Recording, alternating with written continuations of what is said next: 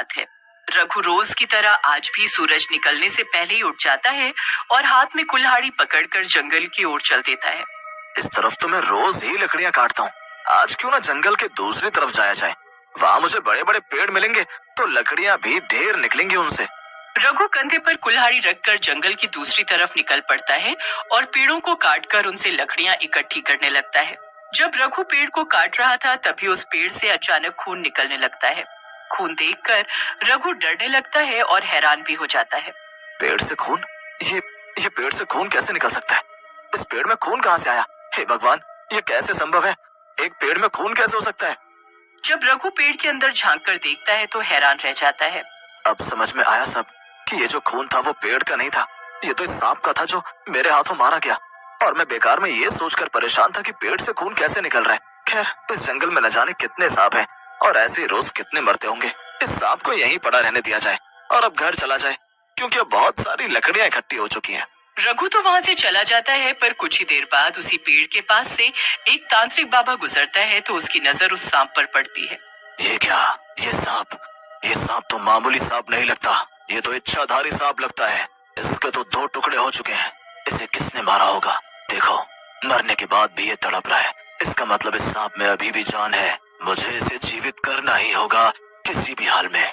तांत्रिक सांप के दोनों टुकड़ों को उठाता है और अपनी तंत्र विद्या से उन टुकड़ों को जोड़कर एक करने लगता है, पर बहुत कोशिश करने पर भी तांत्रिक सांप के टुकड़ों को एक नहीं कर पाता।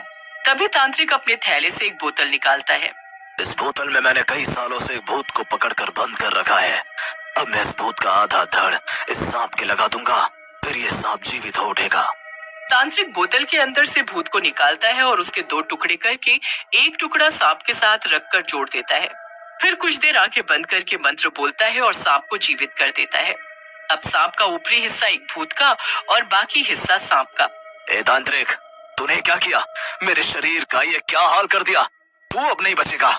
मुझे हाथ भी लगाया तो मैं तुझे भस्म कर दूंगा। और बात रही तेरे शरीर की, उसे मैंने जीवन दान दिया है। अरे तुझे तो कोई मार कर तुम्हारे टुकड़े कर कर चला गया। तुम लहूलुहान वहां पड़े थे। उसके बाद मैंने तुम्हें पहले जैसा करने की बहुत कोशिश की, पर नहीं कर पाया। उसके बाद बस यही एक रास्ता बचा था मेरे पास तुम्हें जीवित करने का। पर इस भूत को ही मेरे धड़ से क्यों जोड़ा? कोई और नहीं मिला था क्या तुझे? ये दिखने में कितना बदसूरत और भद्दा है, ऊपर से काला। मेरा चमकीला और सुंदर शरीर बिगाड़ डाला तूने। अब जरा देखो, मुझे ऊपर से लेकर नीचे तक बदसूरत तो हूँ ही और काला भी हो गया। तुम चिंता मत करो, मैंने तुम्हें जीवन दान दिया है तो तुम्हारा शरीर भी पहले जैसा कर सकता हूँ, पर उसमें थोड़ा वक्त लगेगा। अब मैं तुम्हें जैसा कहूंगा तुम्हें वैसा ही करना होगा। वो काम पूरा होते ही तुम पहले जैसे हो जाओगे। तुम जैसा कहोगे मैं वैसा ही करूंगा। बस मुझे मेरा पहले जैसा शरीर लौटा दो। फिर सुनो, तुम्हें क्या करना है? तुम्हें गांव से रोज इकट्ठा कट्टा इंसान उठाकर मेरे पास लाना है। उसके खून से ही मैं तुम्हारे लिए पूजा करूंगा। और हाँ, जब भी मैं ये पूजा करूं तुम मेरे आसपास भी नहीं रहोगे, मुझे पूजा करते वक्त नहीं देखोगे। जाओ, अब अपना काम करो। भूतिया सांप जाकर गांव में घुस जाता है और इधर उधर तबाही मचाने लगता है। वो क्या है? अब ये गांव में कौन सी बला आ घुसी है? ये हाँ, ये तो भूत है। भूत नहीं, सांप है वो। मतलब वही है कि सांप भी है और भूत भी। ये कोई भूतिया सांप है।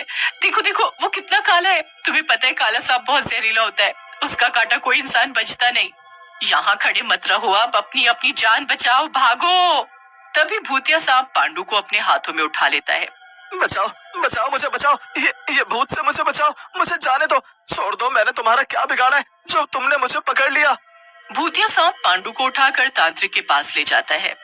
तांत्रिक पांडु की बलि चढ़ाता है और उसे मार देता है और फिर उसके शरीर का खून निकाल कर पी जाता है।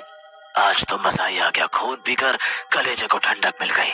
बस ऐसे ही मुझे ताजा ताजा खून मिलता रहे, फिर उसके बाद सुबह होते ही भूतिया सांप तांत्रिक के पास पहुंचता है। तुमने जैसा कहा मैंने वैसा ही किया, अब तो मुझे पहले जैसा कर दो। ये काम इतनी जल्दी नहीं हो सकता, मुझे और इंसान चाहिए और पूजा करनी होगी। इसलिए अभी जाओ और ले आओ मेरे पास उन गांव वालों को उठाकर। भूतिया काला सांप पहले की तरह होने के लिए व्याकुल हो रहा था, इसलिए वो गांव के भोले भाले लोगों को उठाकर तांत्रिक के हवाले करता जा रहा था और तांत्रिक उन सभी लोगों को मारकर उनका खून पीता। गांव के लोगों को भूतिया सांप का डर हर वक्त रहता था। वो भूतिया सांप मेरे जवान बेटे को उठा ले गया और मैं उसे बचा भी नहीं सका। मेरे बच्चे के साथ उसने क्या किया होगा, पता नहीं वो जिंदा भी है कि नहीं। काका, ऐसे क्यों बोलते हो? उसे कुछ नहीं होगा।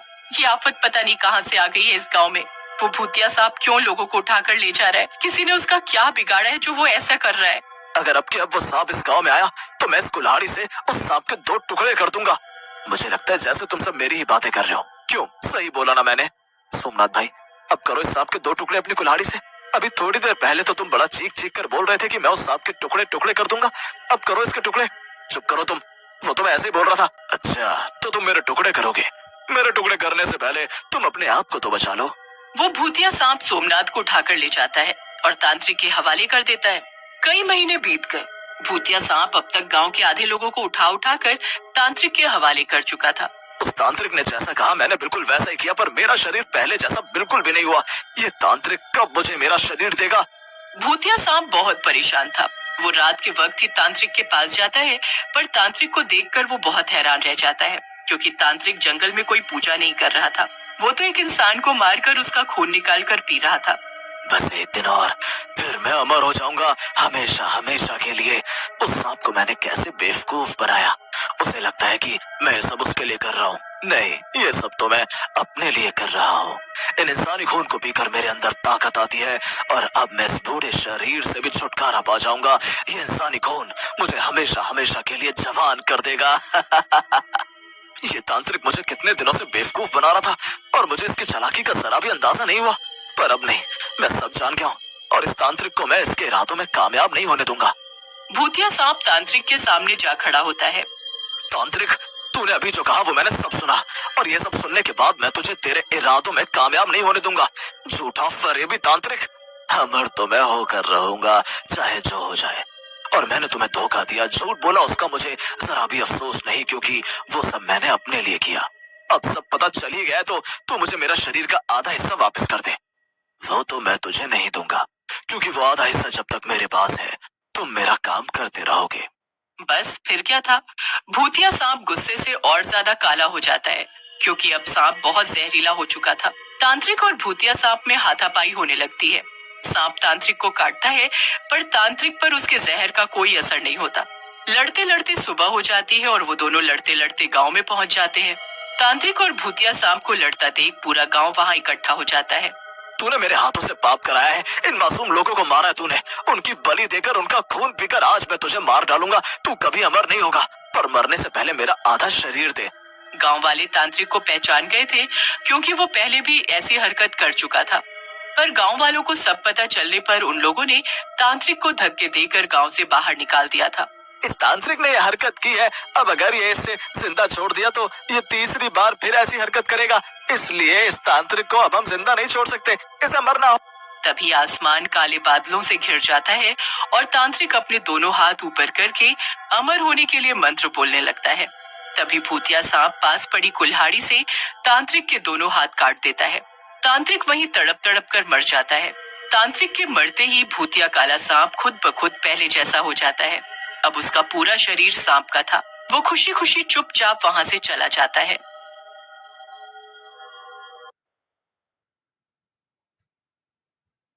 My11 सर्कल ज्वाइन करो और पाओ 1500 रुपए का वेलकम बोनस।